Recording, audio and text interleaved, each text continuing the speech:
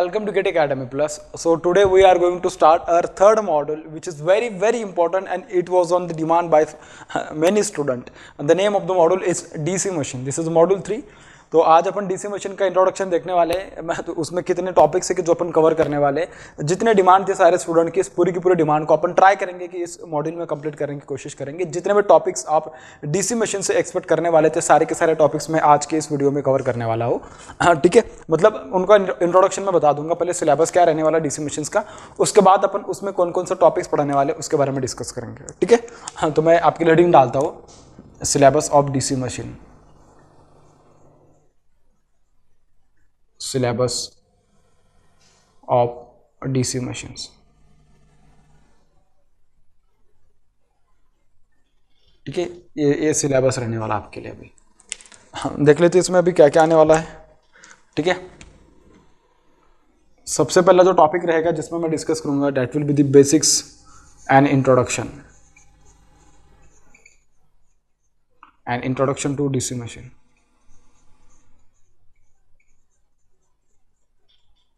ठीक है, इसके बाद जो नेक्स्ट टॉपिक रहेगा आपके पास, ठीक है, जो नेक्स्ट टॉपिक रहेगा उसमें मैं डिस्कस करूंगा आपके साथ lab and wave windings in DC machines. ठीक है,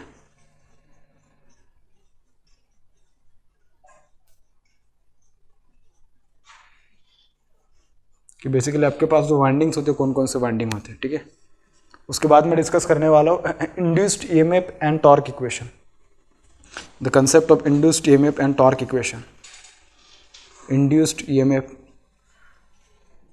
and torque equation and what torque equation. उसके बाद अपन डिस्कस करेंगे, इसके बाद अपन डिस्कस करने वाले क्लासिफिकेशन ऑफ डीसी मशीन्स। क्या क्लासिफिकेशन ऑफ डीसी मशीन्स। ठीक है, इसके बाद मैं डिस्कस करने वाला हूँ लॉसेस एंड एफिशिएंसी। क्या लॉसेस एंड एफिशिएंसी। उसके बाद मैं डिस्कस करूंगा armature reaction and its effect. उसके पहले मैं डिस्कस कर लूँगा कि कैरेक्टरिस्टिक्स ऑफ डीसी मशीन्स। क्या कैरेक्टरिस्टिक्स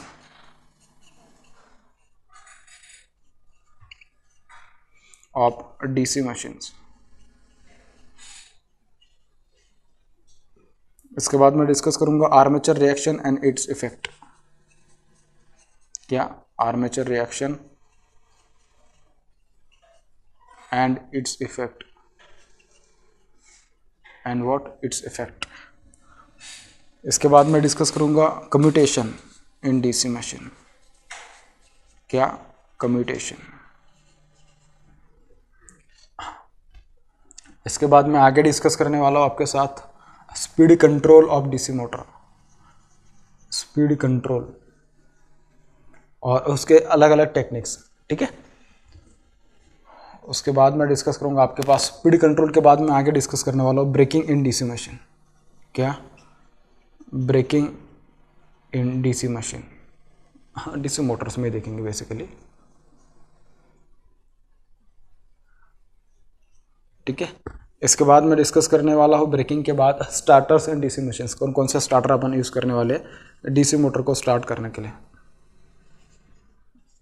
ठीक है, इसके बाद applications of DC machines, applications of DC machines. ठीक है, इस टाइप से आप देख सकते हो कि 1 2 3 4 5 6 7 8 9 10 11 12 टॉपिक्स है डीसी मशीन्स में। अब आप में से कुछ लोग सोचेंगे कि सर सिर्फ 12 टॉपिक्स में खत्म हो जाएगा। नहीं, इसके ऊपर न्यूमेरिकल्स भी आएंगे। हर एक टॉपिक के ऊपर मैं न्यूमेरिकल डिस्कस करूंगा। अब आप बोलेंगे कि सर ये वाला जो है क्लासिफिकेशन ऑफ डीसी मशीन्स, उसके ऊपर क्या क्या न्यूमेरिकल डिस्कस करेंगे। जिसके ऊपर न्यूमेरिकल्स पॉसिबल है उसके ऊपर डेफिनेटली अपन करेंगे। जैसे कि speed control of DC machine है तो उसके ऊपर न्यूमेरिकल डेफिनेटली डिस्कस करने पड़ेंगे। उसके बाद ब्रेकिंग इन डीसी मशीन है तो ब्रेकिंग में प्लगिंग रहेगा, रियोस्टैटिक ब्रेकिंग रहेगा, डायनामिक ब्रेकिंग रहेगा। तो उसके ऊपर जो न्यूमेरिकल न्यूमेरिकल्स पॉसिबल है, तो उस टाइप से अपन उसके ऊपर न्यूमेरिकल डिस्कस करने वाले हैं। उसके बाद स्टार्टर के ऊपर भी न्यूमेरिकल्स पूछे जाते हैं, जो रेजिस्टेंस की वैल्यू जो होते हैं आपके पास, मिनिमम रेजिस्टेंस, मैक्सिमम रेजिस्टेंस, इन दोनों का जो रेशियो होगा R max upon R minimum, तो उसके ऊपर छोटे छोटे जो न्यूमेरिकल्स होते हैं वो अपन डिस्कस करेंगे, क्योंकि आपके यूनिवर्सिटी के एग्जाम्स में बहुत बार आते रहते हैं। इसके डेरिवेशंस भी पूछे जाते हैं, ठीक है। 3 पॉइंट स्टार्टर के बारे में पूछते हैं, 2 पॉइंट स्टार्टर के बारे में पूछते हैं, 4 पॉइंट स्टार्टर के बारे में पूछते हैं, तो उसके बारे में भी डिस्कस करेंगे अपन, ठीक है। उसके बाद कम्यूटेशन ए वाला टॉपिक बहुत फेमस टॉपिक है, उसके ऊपर बहुत बार इवन यूनिवर्सिटी के एग्जाम्स में और उसके जो ओरल्स होते हैं, वाइवा होते हैं यूनिवर्सिटीज़ के, उसमें भी पूछे जाते हैं, उसके ऊपर भी अपन डिस्कस करेंगे। उसके बाद armature reaction and its effect, वो तो बहुत इंपॉर्टेंट टॉपिक है, क्योंकि ये टॉपिक अगर आपका यहाँ पे क्लियर हो गया तो आपको बहुत ज़्यादा फायदा हो जाएगा उसका, क्योंकि उसका जो मतलब जब मैं उसके ऑपरेशंस पढ़ाऊंगा, आपको स्पीड कंट्रोल पढ़ाऊंगा या कुछ भी दूसरे कोई फिनोमिना है उससे रिलेवेंट जितने भी कोई अपन बातें करने वाले डीसी मशीन में, तो बहुत सारी चीज़ें जो होंगी आपके पास रिलेवेंट टू आर्मेचर रिएक्शन होगी। जैसे भी आप मोटर को लोड कर दोगे तो उसकी वजह से जो आर्मेचर रिएक्शन का जो इफेक्ट आएगा, उसका इफेक्ट क्या होगा अदर्स पैरामीटर्स के ऊपर, तो वो समझने के लिए आपकी बहुत जरूरत पड़ेगी उसकी। उसके बाद losses and efficiency, DC machine में कौन से लॉसेस होते हैं उसके बारे में डिस्कस करेंगे।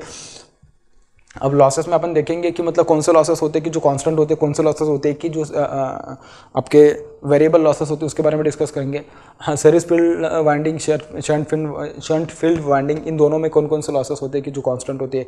वही लॉस के जो शंट फील्ड के मतलब फील्ड का जो लॉस होता है, एक मशीन में कांस्टेंट होता है, दूसरे मशीन में वेरिएबल होता है, तो ऐसा कौन सा मशीन है कि जिसमें कांस्टेंट है और ऐसा कौन सा मशीन है कि जिसमें वेरिएबल है, तो ये बहुत इंपॉर्टेंट बात रहेगी, ये मैं इसमें डिस्कस करूँगा लॉसेस एंड एफिशिएंसी में। उसके बाद अपन क्लासिफिकेशन जब पढ़ेंगे तो क्लासिफिकेशन में आपको पता चल जाएगा कि जो अपन डीसी मशीन का जो कोर्स पढ़ाने वाले हैं, डीसी मशीन्स में कौन कौन से काइंड ऑफ डिफरेंट मशीन्स है कि जिन मशीन्स को अपन डिस्कस करने वाले हैं, ठीक है। तो उसमें मैं बताऊंगा आपको डीसी मशीन्स में सेपरेटली एक्साइटेड डीसी मशीन होगा, सेल्फ एक्साइटेड डीसी मशीन होगा। सेल्फ एक्साइटेड में फिर मैं अलग अलग मशीन्स पढ़ाऊंगा आपको, shunt wound, series wound, compound wound. फिर शंट वाउंड में 2 मशीन्स पढ़ाऊंगा, shunt generator and shunt motor के बारे में पढ़ाऊंगा। सीरीज वाउंड मशीन में 2 मशीन्स पढ़ाऊंगा आपको, series generator and series motor. उसके बाद कंपाउंड वाउंड मशीन में मैं आपको 2 मशीन्स पढ़ाऊंगा, उसमें कंपाउंड वाउंड में आएगा short shunt and long shunt. Short shunt and long shunt generator में पढ़ाऊंगा, उसके बाद short shunt and long shunt motor में पढ़ाऊंगा आपको, ठीक है। उसके बाद में induced EMF and torque equation के बारे में जब बात करूंगा, तो जो इंड्यूस्ड ईएमएफ का इक्वेशन होगा, वो वाला इक्वेशन अपन किस तरीके से डिवाइड करें, उसको जब जनरेटर के केस में अपन बोलेंगे तो उसको जनरेटेड ईएमएफ बोलेंगे, जब मोटर के केस में बोलेंगे तो उसको बैक ईएमएफ बोलेंगे। उसका दोनों का एक्सप्रेशन सेम होता है, किस तरीके से होता है, उसके इंड्यूस्ड ईएमएफ की जो पोलैरिटी होती है वो किस तरीके से होती है, टॉर्क का इक्वेशन किस तरीके से होता है। टॉर्क आप जब डीसी मशीन में ऑब्टेन करोगे तो उसका एक्सप्रेशन क्या होगा, उसको जब आप न्यूमेरिकल्स में अप्लाई करने वाले हो तो उसके लिए कौन कौन से पैरामीटर पता होना जरूरी है, कौन से पैरामीटर होते हैं जिसके ऊपर टॉर्क डिपेंड करता है, उसमें कौन से पैरामीटर जो होते हैं जो कांस्टेंट होते हैं। समझ में आ रही बात? तो ये सब बातें अपन को इसमें डिस्कस करनी है।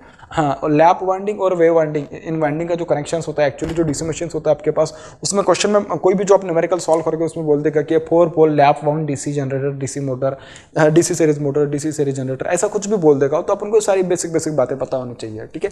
तो आज का जो लेक्चर होगा that will be the basics, और बेसिक्स में मैं डिस्कस करूंगा कि आपके पास जो मैं मशीन्स में डिस्कस करने वाला हूँ डीसी मशीन्स में, तो डीसी मशीन में मैं डिस्कस करने वाला हूँ DC generator and DC motor के बारे में आज के इस वीडियो में, क्योंकि अपन इंट्रोड्यूस कर रहे हैं डीसी मशीन को। समझ में आ रही बात? अब आप बोलोगे कि सर ये बेसिक्स एंड इंट्रोडक्शन में, तो आप उसमें क्या क्या करने वाले हो, तो बेटा बेसिक्स और इंट्रोडक्शन में मैं डीसी मशीन का जो कंस्ट्रक्शन रहेगा उसके बारे में बात करूंगा, उसके वर्किंग होगा उसके ऊपर बात करूंगा मैं। तो इन सब बातों के बारे में मैं, इन सब टॉपिक्स के बारे में मैं बात करने वाला हूँ, ठीक है।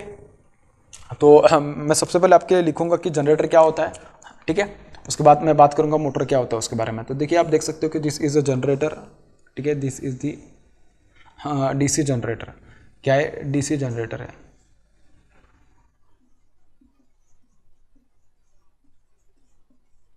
अब जो डीसी जनरेटर होगा भाई, ठीक है, अब डीसी जनरेटर के केस में अगर देखा जाए तो देखिए इसके लिए जो इनपुट होगा, this input to this generator will be what, mechanical. ये जो जनरेटर होगा उसके लिए क्या होगा ना, इनपुट मैकेनिकल होगा भाई, और आउटपुट जो होगा आपके पास मैकेनिकल, इनपुट होगा मैकेनिकल, आउटपुट होगा आपके पास इलेक्ट्रिकल। आउटपुट क्या होगा? इलेक्ट्रिकल होगा। समझ में आ रही बात? तो यहाँ पे अपन देखेंगे कि जनरेटर को अपन इनपुट किस तरीके से देते हैं। इनपुट के लिए अपन प्राइम मूवर लगाते हैं, ठीक है। तो प्राइम मूवर क्या करता है, उसके शाफ्ट को रोटेट कराता है, ठीक है। और आउटपुट में अपन जो लेते हैं उसको डीसी सप्लाई, मतलब कि इलेक्ट्रिकल सप्लाई अपन लेते हैं, इलेक्ट्रिकल आउटपुट लेते हैं इन केस। हाँ, सिंपली अगर बोला जाए तो जनरेटर के केस में इनपुट होगा मैकेनिकल, आउटपुट होगा इलेक्ट्रिकल। तो इनपुट अपन प्रोवाइड करेंगे वाया प्राइम मूवर, और आउटपुट अपन लेंगे किसके थ्रू, जो वायर्स वगैरह कनेक्ट होंगे आपके पास वहाँ पे, वहाँ से अपन वाया ब्रशेस वगैरह अपन उसका आउटपुट लेने वाले। जब मैं उसके बारे में पूरा आगे पढ़ाऊंगा तो आप उसके बारे में टेंशन मत लीजिएगा, वो तब मैं पढ़ा दूंगा आपको, ठीक है। तो mechanical will be provided via prime mover, ठीक है। उसके बाद प्राइम मूवर का फिर पावर रहेगा this will be prime mover torque TM रहेगा। तो इनपुट में जो पावर आएगी that will be the mechanical power, और जो टॉर्क प्रोवाइडेड किया जाएगा that will be the torque of prime mover, that will be what, torque of prime mover. समझ में आ रही बात? ठीक है। सिमिलरली यहाँ पे जो आउटपुट आएगा that will be what, at the output power will B electrical power, output power will be what, electrical power, electrical power. अब आपको एक बात पता चलेगी कि जब मैं मैकेनिकल की बात करूंगा तो मैकेनिकल में जो पावर आएगी that power will be expressed in terms of what, torque multiply by what, speed के फॉर्म में मल्टी करोगे आप उसको एक्सप्रेस करोगे। ठीक है। तो power will be PM is going to be equals to torque multiply by what, speed. Speed of the generator means what, speed of the prime mover का स्पीड होगा, क्योंकि वो उसको कितने RPM से रोटेट करा रहा है उसके ऊपर डिपेंड करने वाली बात है। ठीक है। सिमिलरली जब मैं जो आउटपुट में जो इलेक्ट्रिकल पावर आने वाली है तो मैं उसमें जो बोलूंगा कि what is going to be the value of the electrical power, that power is going to be the product of voltage and current. Obviously अगर आप डीसी मशीन की बात करें तो वहाँ पे जो आउटपुट वोल्टेज आएगा that output voltage is going to be the product of DC voltage and DC current. ठीक है। That will be what, voltage multiply by current, that will be what, voltage multiply by current. समझ में आ रही बेटा बात? ठीक है। तो ये रहने वाला आपके पास इसके लिए।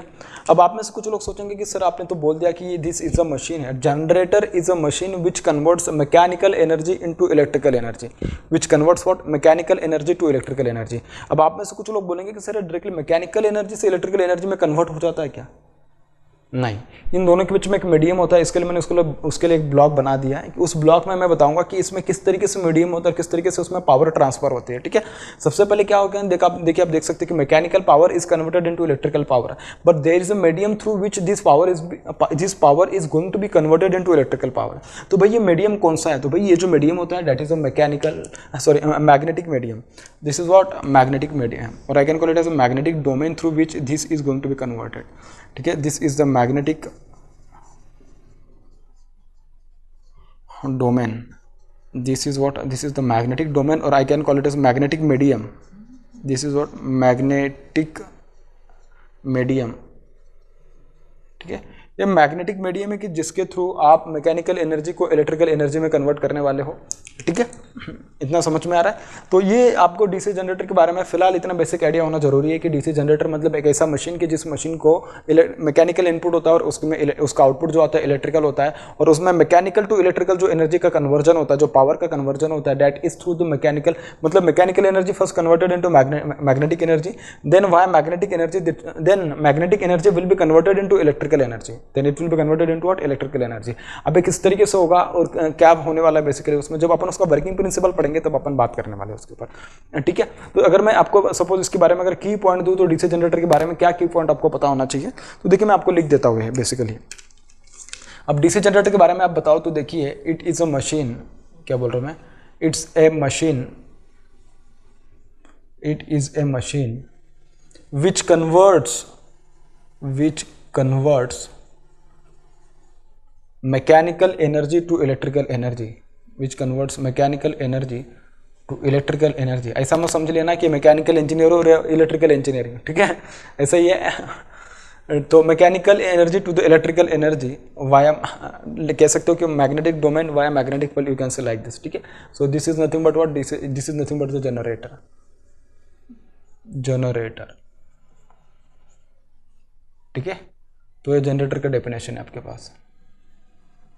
हाँ, उसके बाद अगर सपोज मैं बात करूंगा तो इसके बारे में अगर बात करनी होगी तो जनरेटर का वर्किंग प्रिंसिपल क्या होता है बेसिकली, थोड़ा उसके बारे में बता देता हूँ किसके ऊपर आपका जनरेटर बेसिकली बेस्ड होता है। ठीक है। दिस इज जनरेटर,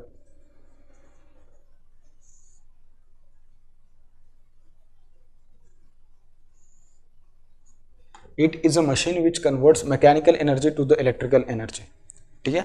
और आपको पता है कि this is going to convert via magnetic domain. ठीक है। डायरेक्ट कन्वर्जन पॉसिबल नहीं होता, मैकेनिकल टू इलेक्ट्रिकल डिग्री कैसे कर पाओगे आप लोग, समझ में आ रही बात। दोनों के बीच में एक मीडियम होता है। आप देख सकते हो कि जो फैन है, फैन कैसे है, एक्चुअली फैन को तो इलेक्ट्रिकल सप्लाई होता है, फिर बाद में मैकेनिकल में कन्वर्ट करके देता है। ठीक है। हाँ, ये तो आप, ये दूसरा है, एक्चुअली मोटर का एग्जाम्पल है। ठीक है।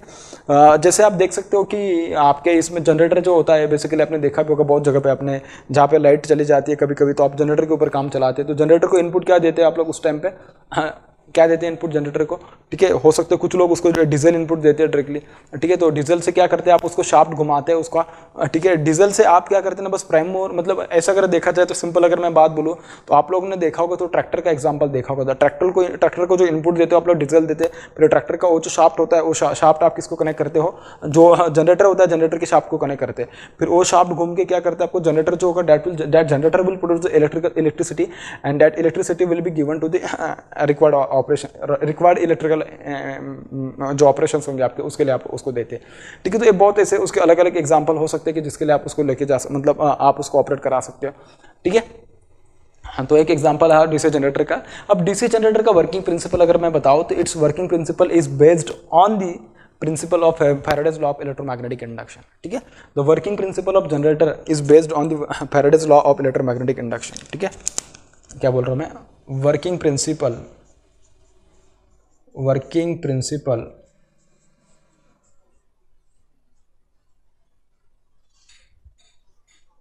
is based on the Faraday's law of electromagnetic induction.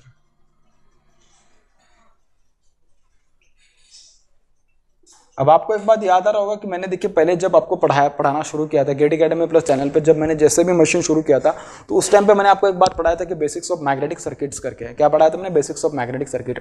और जो मॉड्यूल 1 था उसमें मैंने basic laws in electrical engineering या basic laws in magnetic circuit ऐसा कुछ एक टॉपिक है, उस टॉपिक में देखना मैंने सारे के सारे बेसिक लॉज के बारे में पढ़ाया है। उस टाइम पे मैंने आपको Faraday's law of electromagnetic induction के बारे में भी पढ़ाया। तो Faraday's law of electromagnetic induction क्या होता है ये अब आपको पता चलेगा, उसका मतलब उसकी अहमियत की मैं उसको इसके पहले क्यों पढ़ा दिया था, क्योंकि यहाँ पे बस मैंने अगर नाम भी बोला तो आपको तुरंत याद आना चाहिए कि सर ने वहाँ पे अपन को पढ़ाया था। तो उसका कंसेप्ट बेसिकली ये होता है, ये आपको याद आना चाहिए, ठीक है। तो ये रहा आपके पास जनरेटर के लिए बेसिकली इतना, फिलहाल तो इतना ही काफ़ी है, क्योंकि जब अपन उसको डिस्कस करेंगे इन डिटेल तब अपन उसके बारे में पढ़ेंगे, ठीक है। तो डीसी जनरेटर के बारे में इतना मैंने बताया। अब मैं बात करूँगा डीसी मोटर के बारे में। किसके बारे में, डीसी मोटर के बारे में। तो हेडिंग डालता हूँ आपके लिए डीसी मोटर। अब डीसी मोटर के बारे में अगर मैं बोलूँ तो देखिए दिस इज अ मोटर, ठीक है, मैं लिख देता हूँ, कोई दिक्कत नहीं है, ठीक है।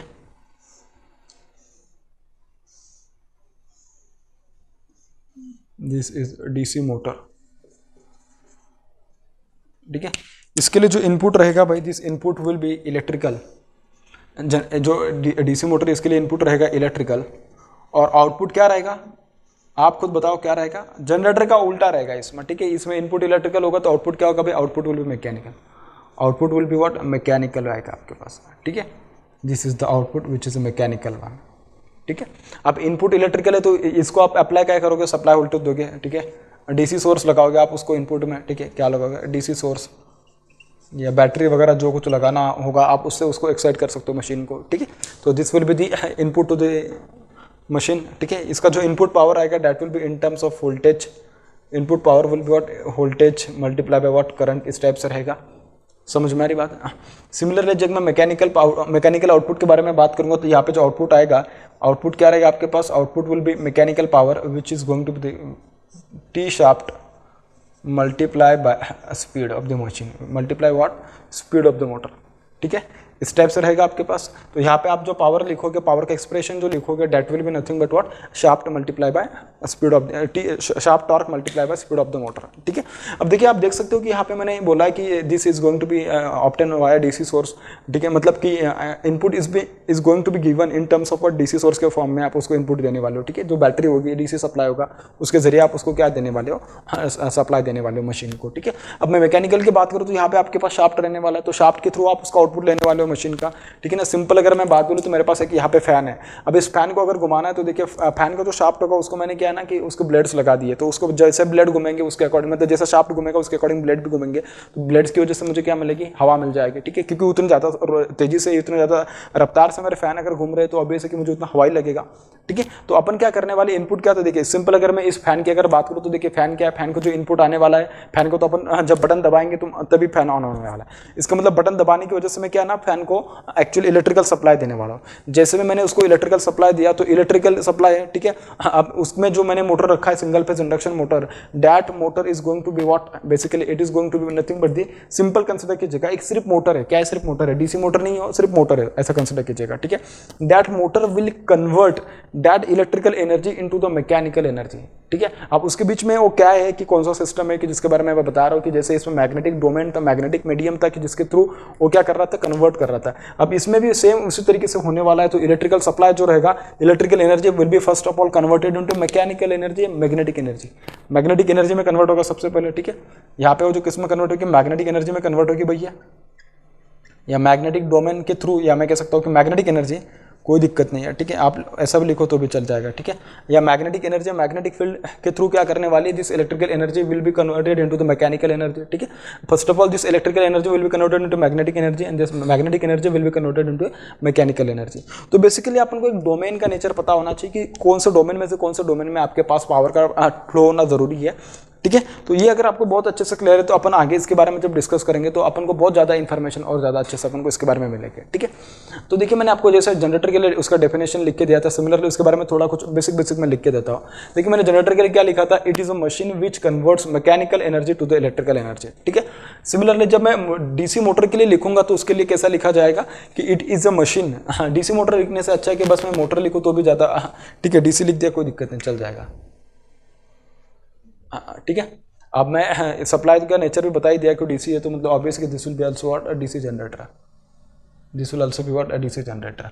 अब अगर मैं बात करूं तो देखिए ये वाला जो डीसी मोटर होने वाला है भाई, डीसी मोटर जो होने वाला है, इसका अगर मैं इसके इक्विवेलेंट स्टेटमेंट जैसे जनरेटर के लिए लिखा था, सेम अगर मैं मोटर के लिए लिखने की बात करूं तो what can I write, I can write that it is a machine which convert electrical energy to the mechanical energy, सही है। अब इसके लिए मैंने लिखा था कि working principle of the generator is based on the Faraday's law of electromagnetic induction, ठीक है। अब अगर इसके बारे में बात करूं तो देखिए working principle of the DC motor is based on the Lorentz force, is based on the what, Lorentz force के ऊपर बेस्ड होने वाला, F is equals to BIL sin theta. याद आ रहा है, याद आ रहा है। मैं आपको देखिए पहले लेक्चर में पढ़ा था उसके बारे में, बेसिक बातें समझ में आ रही बात, क्योंकि मैंने जब basic laws in electrical engineering या basic laws in magnetic circuit जब मैंने पढ़ाया था उस टाइम पे मैं आपको ये सारी बातें बता चुका, आपको अगर याद आ रहा होगा तो, ठीक है। हाँ, तो मैं इसके बारे में थोड़ा लिख देता हूँ कि डीसी मोटर बेसिकली क्या होता है, it is a machine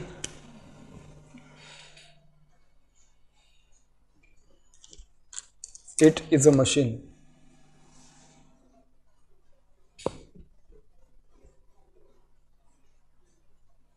it's a machine which converts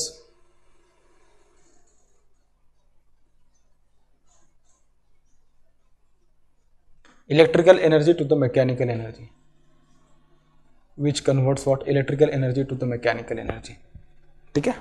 हाँ, अगर मैं इसी के इक्विवेलेंट अगर उसका वर्किंग प्रिंसिपल का अगर स्टेटमेंट लिखूँ तो क्या लिखोगे, working principle of the DC motor is based on Lawrence force, working principle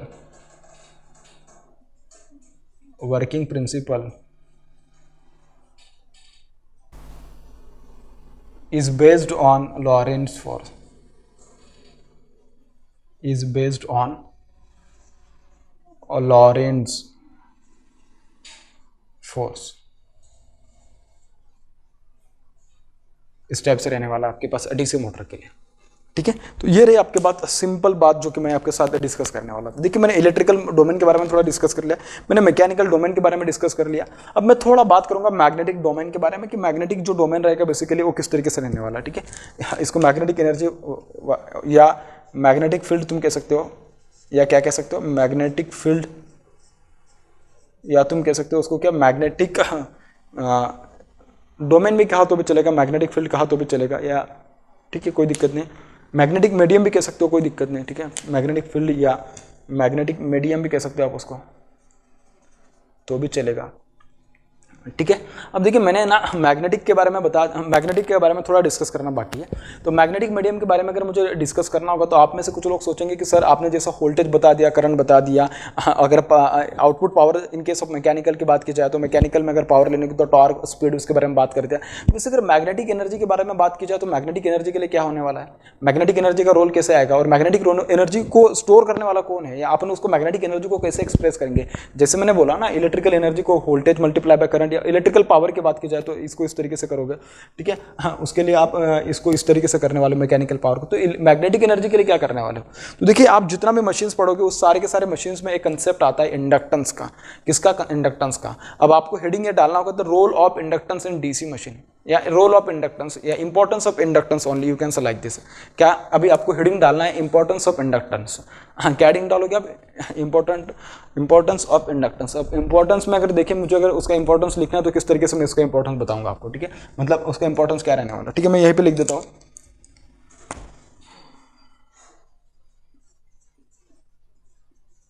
importance of inductance.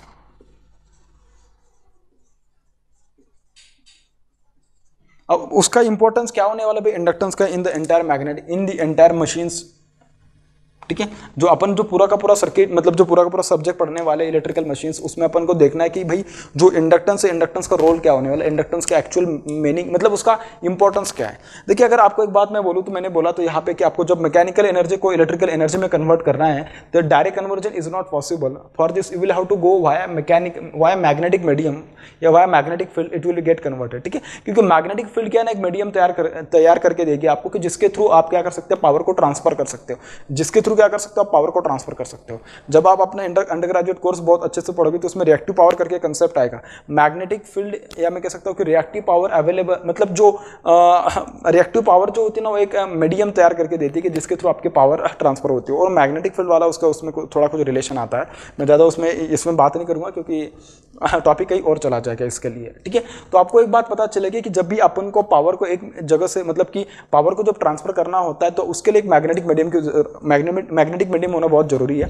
तो यहाँ पे क्या है ना, मैग्नेटिक मीडियम जो होता है ना, मैग्नेटिक एनर्जी को जो स्टोर करने वाला एलिमेंट होता है, that is inductance, that is what inductance. और सपोज अगर और मैग्नेटिक, ठीक है, पहले मैं बात लिख देता हूँ कि मैग्नेटिक एनर्जी जो होती है बेसिकली उसका फॉर्मूला, वैसे अपन सब लोग पढ़े भी होते हैं इंडक्टर सर्किट थ्योरी में भी, कि मैग्नेटिक एनर्जी का फॉर्मूला क्या होता है, मैग्नेटिक एनर्जी। पहले मैं लिख दूं कि चाहे तो magnetic energy is stored in inductor, magnetic energy is stored in what, inductance,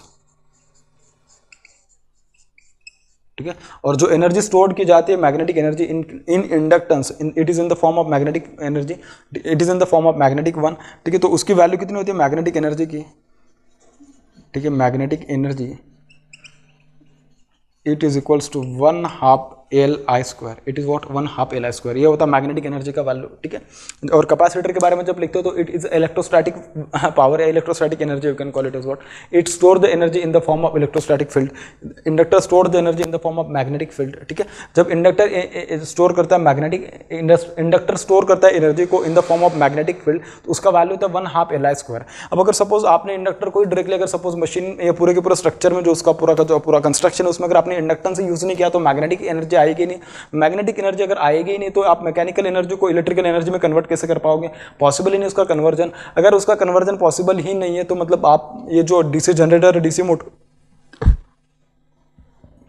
excuse में, तो आप जो कंसेप्ट की बात करने वाले डीसी मोटर, डीसी जनरेटर, इसका तो सवाल ही नहीं आएगा। क्योंकि भाई आपको मोटर में एक पावर को दूसरे पावर में अगर कन्वर्ट करना है, मैकेनिकल से इलेक्ट्रिकल जाना है या इलेक्ट्रिकल से मैकेनिकल की ओर जाना है, तो दोनों के लिए जो मीडियम की जरूरत पड़ रही है, that medium is nothing but the magnetic one, ठीक है। For that magnetic medium you are required to have the inductance, you are required to have the what inductance, and if the inductance is absent in the circuit then it is not possible that you can transfer the energy from one form of energy to the another form of the energy। Mechanical से electrical या electrical से mechanical possible नहीं है अगर आपके circuit में inductance नहीं है तो, अगर आपके सर्किट में क्या इंडक्टेंस नहीं है तो इंडक्टेंस का सर्किट में होना बहुत ज़रूरी होता है। अदरवाइज आपका जो पर्पस को लेके जो मशीन बना रहे हैं वो पर्पस पॉसिबल नहीं, क्योंकि पॉसिबल ही नहीं कि आप उसमें एनर्जी को एक फॉर्म से दूसरे फॉर्म में कन्वर्ट कर सकते हो, ठीक है। जो इंडक्टेंस का वैल्यू होता है भाई, अपन देखे होते हैं कि इंडक्टेंस का वैल्यू जो होता है L is equals to n square mu a upon L.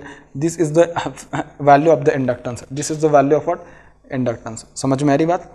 अब ये आपको ये वाला फॉर्मूला भी मैं आपको डिराइव करके दिया हूँ जब मैं बेसिक पढ़ाया था आपको, बेसिक्स ऑफ मैग्नेटिक सर्किट। आप चाहे तो मतलब जितने भी टॉपिक्स और जितने भी चीज़ें मैं यहाँ पे डिस्कस करने वाला हूँ, अगर आप में से कोई उन चीज़ों को अगर भूल रहा है या मैं कह सकता हूँ कि रिकॉल नहीं कर पा रहे हो, तो आप प्लीज़ एक बार वो वाले वीडियोस देख लीजिएगा, उसके बाद ये वाले वीडियोस देखिएगा, मतलब आपका ग्रिप जो बनेगा कंसेप्ट के ऊपर बहुत अच्छे से बनेगा, ठीक है। वैसे मैं चाहूँगा कि अगर आप लोग में से कुछ लोग भूल गए तो मैं उनको बीच बीच में रिकॉल भी कराते रहूँगा, लेकिन जितना ज़्यादा होगा उतना अगर आपके पास अवेलेबल होगा नॉलेज या बेसिक इन्फॉर्मेशन, तो प्रीरिक्विजिट अवेलेबल होना बहुत जरूरी है किसी भी टॉपिक को समझने के लिए, ठीक है।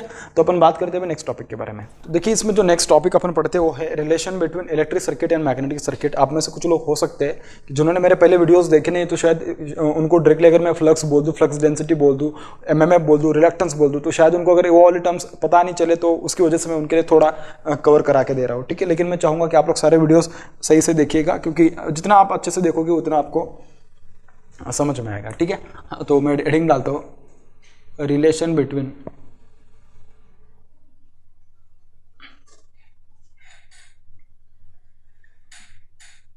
Electric circuit and magnetic circuit. Relation से अच्छा है कि आप डिफरेंस कर दीजिएगा, डिफरेंस बिटवीन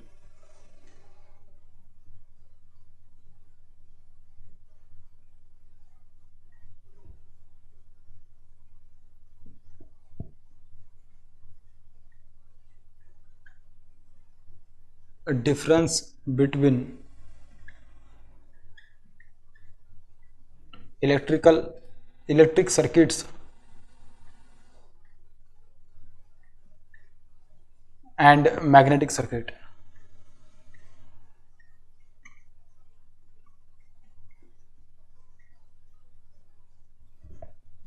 तो देखिए मैं इधर लिखता हूँ इलेक्ट्रिक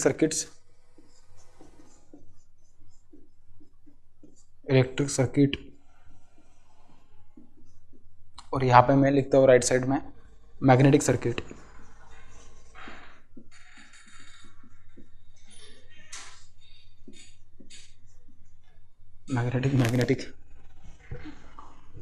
मैग्नेटिक सर्किट, ठीक है। तो देखिए इलेक्ट्रिक सर्किट में जब भी आप सपोज कोई एक नॉर्मल सर्किट अगर आप यहाँ पे डिजाइन कर रहे हो, तो नॉर्मल सर्किट में तो सपोज ये आपका एक सर्किट है, इसको आपने कोई सप्लाई दिया है, सप्लाई एसी हो सकता है, डीसी हो सकता है, कुछ भी हो सकता है सप्लाई, ठीक है। बस मुझे वोल्टेज करंट ये वाले जो टर्म्स में यूज करूंगा मुझे उसके बारे में आपको बताना है, ठीक है। तो सपोज ये वाला सर्किट है और आपके पास ये मैग्नेटिक सर्किट है, सपोज ऐसा कंसिडर करके चलेगा, ठीक है।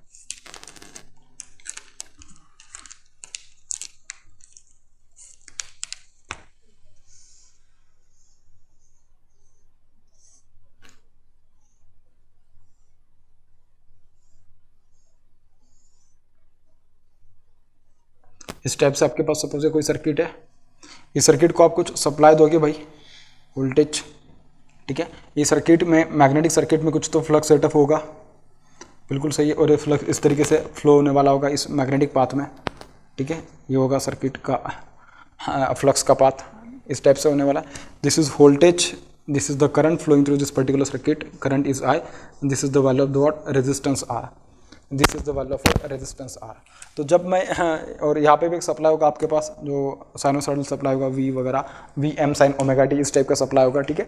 तो सप्लाई की वजह से क्या होगा ना, इसमें करंट आएगी, करंट की वजह से फ्लक्स आएगा, फ्लक्स की वजह से यहाँ पे डी∅dt की वजह से ईएमएफ इंड्यूस होगा, ईएमएफ इंड्यूस का वैल्यू होगा ई, जो कि इंड्यूस्ड ईएमएफ होगा, फिर उसकी वजह से आएगा। ये सब बातें आप इसके पहले मैं पढ़ा चुका हूँ। इस सर्किट में जो फ्लक्स सेटअप होगा डेट विल फ्लक्स फाई, ये सब आपको पता है, ठीक है। तो देखिए यहाँ पे अपन जो क्वांटिटी लिखेंगे वोल्टेज, तो इसकी इक्विवेलेंट क्वांटिटी जो इसमें आने वाली होगी वो होगी एमएमएफ। वोल्टेज की इक्विवेलेंट क्वांटिटी इसमें जो आने वाली होगी कौन सी होगी, एमएमएफ। तो वोल्टेज है तो मैग्नेटिक सर्किट में जो आएगा that will be what, MMF, ठीक है। यहाँ पे जब मैं करंट लिख रहा हूँ तो मैग्नेटिक सर्किट का जो पार्ट होगा कि जो फ्लो होने वाला होता है, एक्चुअली फ्लो फ्लक्स वगैरह ऐसा फ्लो होता नहीं है, क्योंकि इमेजिनरी कंसेप्ट है फ्लक्स, अगर देखा जाए तो डायरेक्टली ऐसा फ्लो नहीं होता है, ठीक है।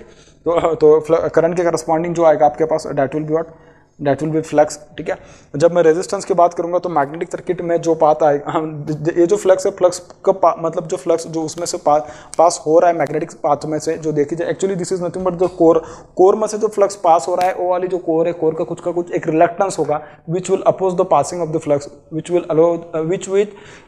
Oppose the flow of the flux. Basically इसका ऐसा है, ये जो कोर है, कोर का खुद का कुछ तो एक ऐसा रिलक्टेंस होगा, मतलब उसका रेजिस्टेंस होगा जो कि इस फ्लक्स को पास होने के लिए अपोज कर रहा होगा। ठीक है, तो ये जो फ्लक्स है, फ्लक्स क्या होने वाली है, इसमें से फ्लोइंग क्वांटिटी। सिमिलरली इसमें करंट कैसा करंट फ्लो होता है ऐसा अपन बोलते हैं, लेकिन मैंने बोला कि आपको कि flux is not, it is the imaginary concept, it does not like a current. ठीक है, हाँ कंपैरिजन के लिए ठीक है, आप उसको कह सकते हो कि current is equals to what, flux. मतलब करंट जैसा इलेक्ट्रिकल सर्किट में है तो उसका एनालॉगस जो क्वांटिटी होगी मैग्नेटिक सर्किट में, that is going to be the flux.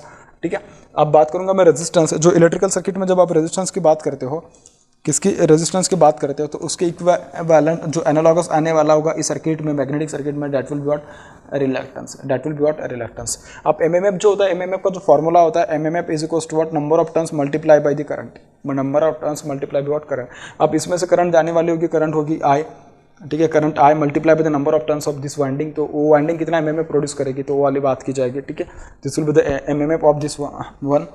ठीक है, and flux is going to be equivalent to the current. ठीक है, जैसे अपन लिखते हैं क्या, वोल्टेज के, जब अपन इसमें जो करंट की फॉर्मूला लिखते हैं, current I is equals to voltage upon resistance, इस टाइप से लिखते हैं।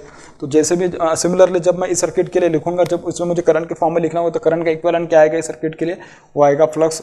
वोल्टेज का इक्विवेलेंट क्या आ जाएगा मैग्नेटिक सर्किट के लिए, दैट विल बी एमएमएफ।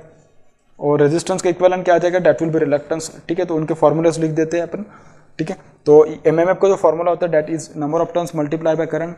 और जो रिलक्टेंस का जो फॉर्मूला होता है, रिलक्टेंस का देखिए, रेजिस्टेंस का फॉर्मूला क्या होता है, रेजिस्टेंस का जो फॉर्मूला होता है, resistance R is equals to rho L upon A, इस टाइप से होता है। इसको मैं इस तरीके से भी लिख सकता हूँ, एल डिवाइडेड बाय, देखिए 1 बाय रो। देखिए रो क्या होता है आपके पास, रेजिस्टिविटी, और रो का जो रेसिप्रोकल होता है वो होता है कंडक्टिविटी। तो conductivity sigma is equals to 1 by rho, इस टाइप से लिख सकता हूँ मैं। ठीक है, तो 1 बाय रो को मैं सिग्मा लिख सकता हूँ, नहीं तो सिग्मा को मैं 1 बाय रो, मतलब वाइस वर्सा लिख सकता हूँ। तो रो को मैं क्या लिख सकता हूँ, 1 बाय सिग्मा लिख सकता हूँ, सिग्मा मल्टीप्लाई बाय व्हाट, ए, इस टाइप से लिख सकता हूँ। सिमिलरली अगर मैं इसके रिलक्टेंस के लिखने की बात करूँ, तो रिलक्टेंस क्या आने वाला होगा, रिलक्टेंस जो होता है बेसिकली मैं यहाँ पे उसको लिखता हूँ, reluctance S is equals to, देखिए लेंथ एज इट इज रहती है। जैसे मैग्नेटिक इलेक्ट्रिक सर्किट में जब मैं कंडक्टिविटी की बात करता हूँ, तो उसको मैग्नेटिक सर्किट में परमेबिलिटी बोलते हैं। क्या बोलते हैं मैग्नेटिक सर्किट में उसको, permeability multiply by area of cross section. तो मुझे बस रिलक्टेंस का फॉर्मूला फिर यहाँ पे लिखना है, दिस विल बिकम एल, और यहाँ पे आ जाएगा आपके पास mu multiply by what, A. तो ये आ जाएगा आपके पास N into mu into A multiply by I divided by L. ये आ जाएगा आपके पास क्या, फ्लक्स। ये क्या आने वाला आपके पास, फ्लक्स आने वाला होगा।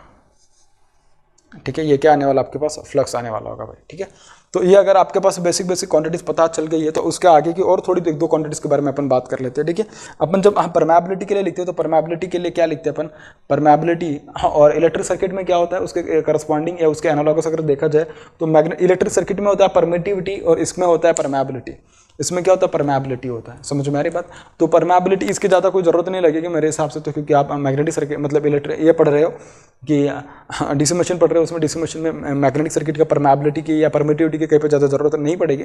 लेकिन फिर भी मैं बता दे रहा हूँ, उसके परमेबिलिटी का रिलेशन वगैरह मैं बाकी सारी जो चीज़ें बताया हूँ आपको, वो इसके पहले की वीडियोज़ में जाके आप देख लीजिएगा। ठीक है, लेकिन जो बेसिक जो आपको यहाँ पर लगने वाले फिलहाल अपन जो पढ़ने वाले उसके लिए, तो उसके लिए इतना मेरे हिसाब से इतना सफिशिएंट है। हाँ, एक्सक्यूज में, हाँ, जब मैं करंट डेंसिटी की बात करूंगा, तो उसके करस्पॉन्डिंग एक दो टर्म है, उसके टर्म्स की बात कर देता हूँ। तो ये करंट डेंसिटी क्या होता है इलेक्ट्रिक सर्किट में, जब आप बात करते हैं करंट डेंसिटी किसकी, करंट, मैं उसको यही उधर ही लिखता हूँ क्योंकि यहाँ पे जगह नहीं है। ठीक है, तो करंट डेंसिटी,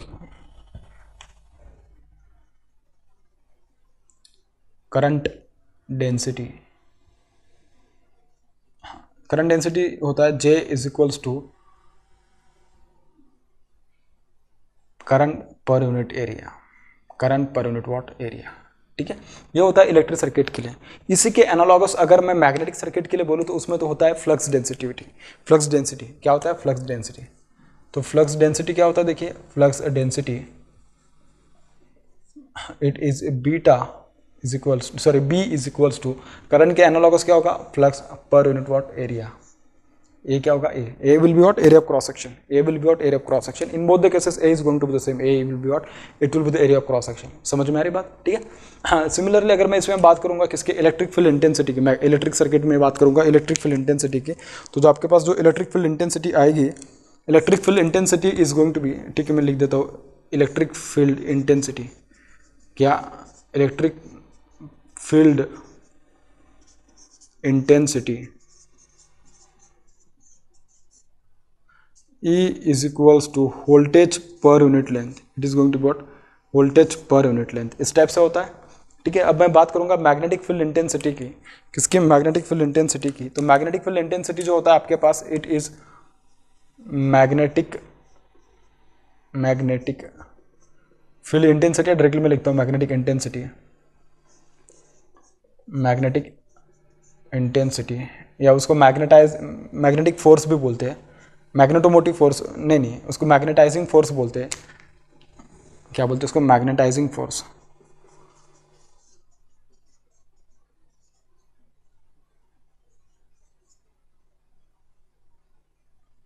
मैग्नेटाइजिंग फोर्स, ठीक है। उसका वैल्यू होता है H इज इक्वल्स टू, जैसे आपने उसको कैसे दिखा, वोल्ट पर यूनिट लेंथ दिखाई है, ठीक है। उसको दिखाओगे आप क्या, वोल्टेज के जो एनालॉगस आएगा, that will be MMF per unit length, इस टाइप से दिखाओगे, ठीक है। एमएमएफ का वैल्यू क्या होता है आपके पास, it is number of turns multiply by current divided by L, तो ये होगा इस टाइप से, ठीक है। तो इसका यूनिट क्या होगा, दिस विल बी वोल्ट पर मीटर, ठीक है। इसका क्या होगा आपके पास, इसका होगा एम्पियर पर मीटर, क्या होगा, एम्पियर पर मीटर। इसका क्या होने वाला है, this is going to be weber per meter square या टेस्ला, ठीक है। इसका क्या होगा भाई, एम्पियर पर मीटर स्क्वायर, क्या होगा, एम्पियर पर मीटर स्क्वायर होने वाला, ठीक है। बाकी के जो यूनिट्स है मैंने लिखे नहीं, लेकिन उसके जरूरत आप समझ सकते हो, ठीक है। बाकी क्योंकि वोल्टेज करंट जो चीज़ें सब तो अपन को पता ही है, ठीक है, लेकिन बाकी के जो थे आप मेरे हिसाब से लिख सकते हो, क्योंकि इतना डिफिकल्ट नहीं है उसको लिखना, ठीक है। तो ये रहेगा आपके पास, जो बेसिक चीज़ें थी वो आप पढ़ लिए हैं, ठीक है। उसमें एक और जो कंसेप्ट आएगा जो इन दोनों के बीच में आपको याद होगा, तो मैं आपको बता दूं कि देखिए आप क्या पढ़ते हो, flux density is directly proportional to the flux intensity, magnetic flux density is directly proportional to magnetic field intensity, ठीक है। इन दोनों के बीच में जो रिलेशन आता है, that is B is equals to mu multiply by H, that is what, B is equals to mu multiply by H. Similarly जब मैं इसके बात करूँ तो इलेक्ट्रिक सर्किट की, तो उसमें क्या लिखते हो आप, electric flux density is directly proportional to electric field intensity, क्या, इलेक्ट्रिक फ्लक्स डेंसिटी, उसको एक्चुअली डी से इंडिकेट करते हैं, electric flux density D is directly proportional to electric flux density, electric field density, it is directly proportional to electric field intensity, और इन दोनों के बीच का जो कांस्टेंट ऑफ प्रोपोर्शनलिटी होगा, प्रोपोर्शनलिटी कांस्टेंट होगा, that will be epsilon multiply by what, E, that will be what, epsilon multiply by E. तो ये बेसिकली ये वाला एक रिलेशन होता है जो कि आप इलेक्ट्रिक सर्किट में पढ़ते हो, और ये वाला जो रिलेशन होता है ये आपको मैग्नेटिक सर्किट में पढ़ते हो। आप किस में पढ़ते हो उसको, मैग्नेटिक सर्किट में पढ़ते हो उसको। इतना समझ में आ गया। तो ये बेसिक कुछ चीज़ें थी कि जो आपको पता होना जरूरी है जब आप डीसी मशीन्स पढ़ने वाले हो तब, ठीक है।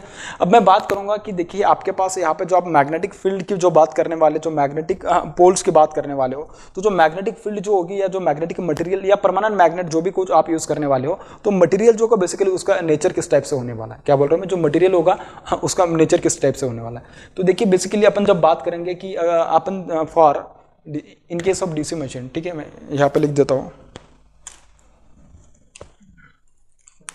in case of DC machine, yeah, ठीक है, here we generally we prefer in any machines,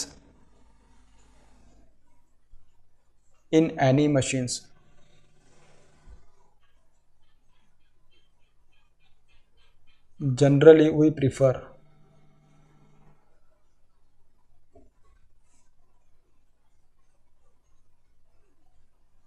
material of high permeability, we prefer what, we prefer material of high permeability,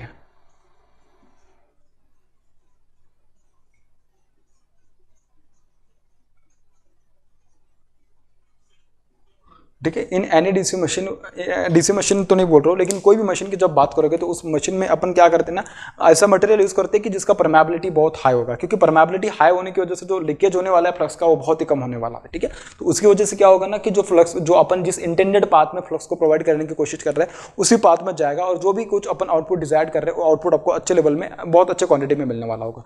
ठीक है, that will be called as what, material of high permeability. For that particular purpose we will require to have the material of very high permeability. ठीक है, उस material का permeability बहुत high होना चाहिए।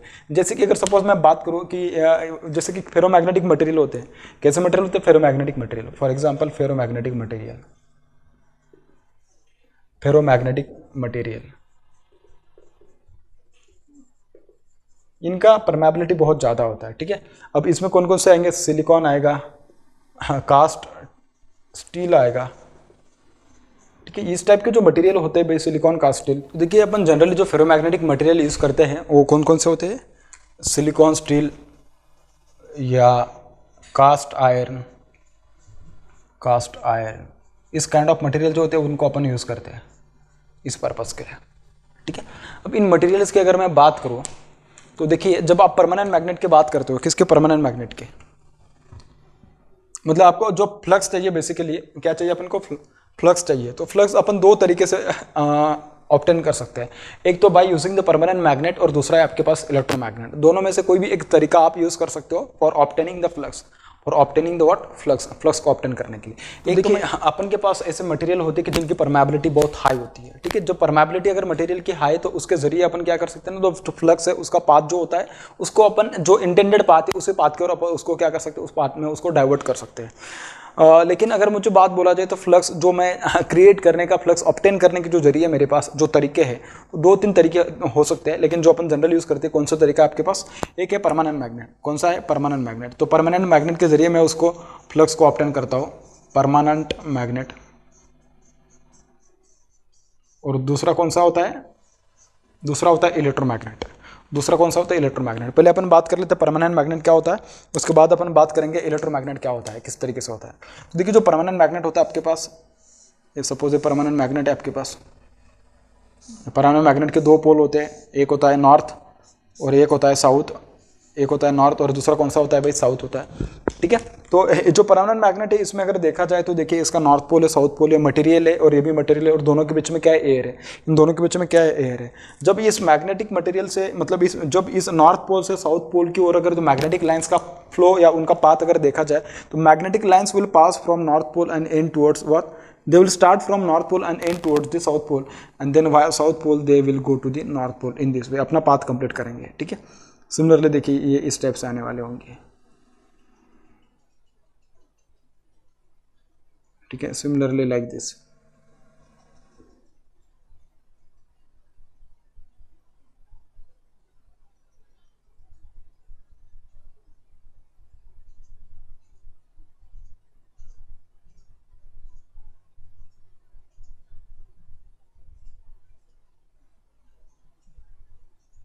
इस टाइप से रहने वाले भैया।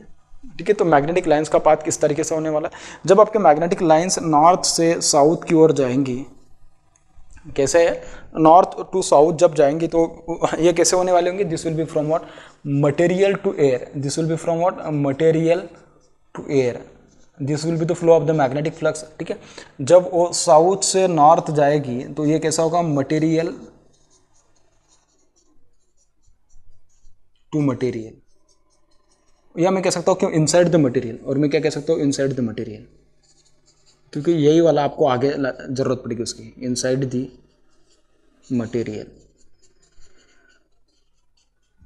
ठीक है, तो ये अपन ने देख लिया, this is what, this is nothing but the permanent magnet.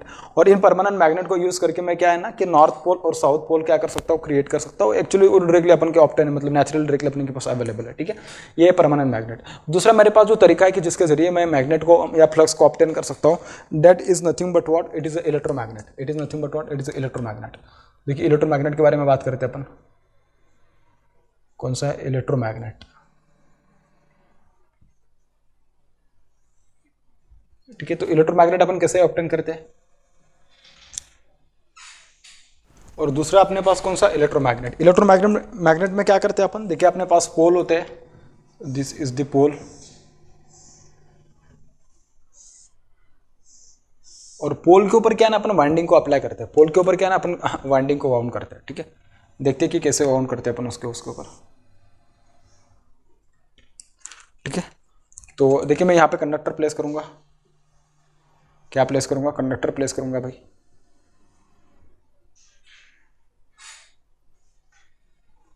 यहाँ पे मैं कंडक्टर प्लेस करूँगा, और कंडक्टर मैंने यहाँ से करंट जाएगी तो करंट वापस भी तो आनी चाहिए, ठीक है। सिमिलरली यहाँ पे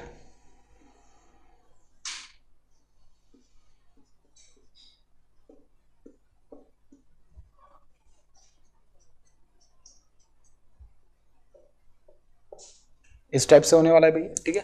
और यहाँ पे देखो तुम्हें, देखिए जो पोल क्रिएट होने वाला है, पोल का नेचर किस तरीके से रहेगा। देखिए कंडक्टर एंटर कर रही है और यहाँ से क्या कर रही है, लीव कर रही है। कंडक्टर एंटर कर रही है, लीव कर रही है, राइट हैंड थंब रूल लगा लीजिएगा, तो फ्लक्स का डायरेक्शन जो होगा इस तरीके से रहेगा। तो ये कौन सा फ्लक्स, तो ये कौन सा पोल बनेगा, this will be north pole and this will be south pole. क्योंकि अगर देखा जाए तो देखिए जो मटेरियल है, मटेरियल में से तो मैग्नेटिक लाइन्स निकल रही है, मटेरियल में से निकल रही है, और एयर के थ्रू दूसरे मटेरियल में, मतलब दूसरा जो पोल है वहाँ पे क्या कर रही है, टर्मिनेट कर रही है। तो देखा जाए तो this will become what, this will become the north pole and this will become what, a south pole. This will become what, a south pole. So magnetic lines will start from this north pole and will terminate to this south pole, and via south pole they will complete their path to the north pole, to the what, north pole. इस type से रहने वाला है भाई।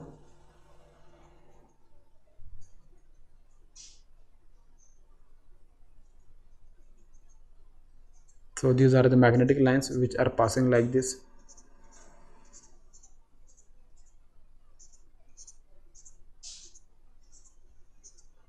ठीक है, these are the magnetic lines which are passing like this.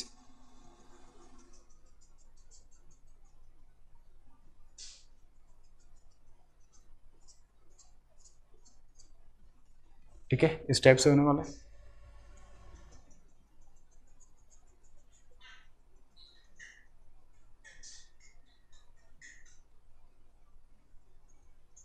तो ये दो अलग अलग तरीके हैं आपके पास फ्लक्स प्रोड्यूस करने के, एक है इलेक्ट्रोमैग्नेट और दूसरा आपके पास क्या है, परमानेंट मैग्नेट के, जिनके जरिए आप फ्लक्स प्रोड्यूस कर सकते हैं, ठीक है। अब अपन देखेंगे कि परमानेंट मैग्नेट कहाँ यूज़ करने वाले और इलेक्ट्रोमैग्नेट कहाँ यूज़ करने वाले इन द डीसी मशीन्स।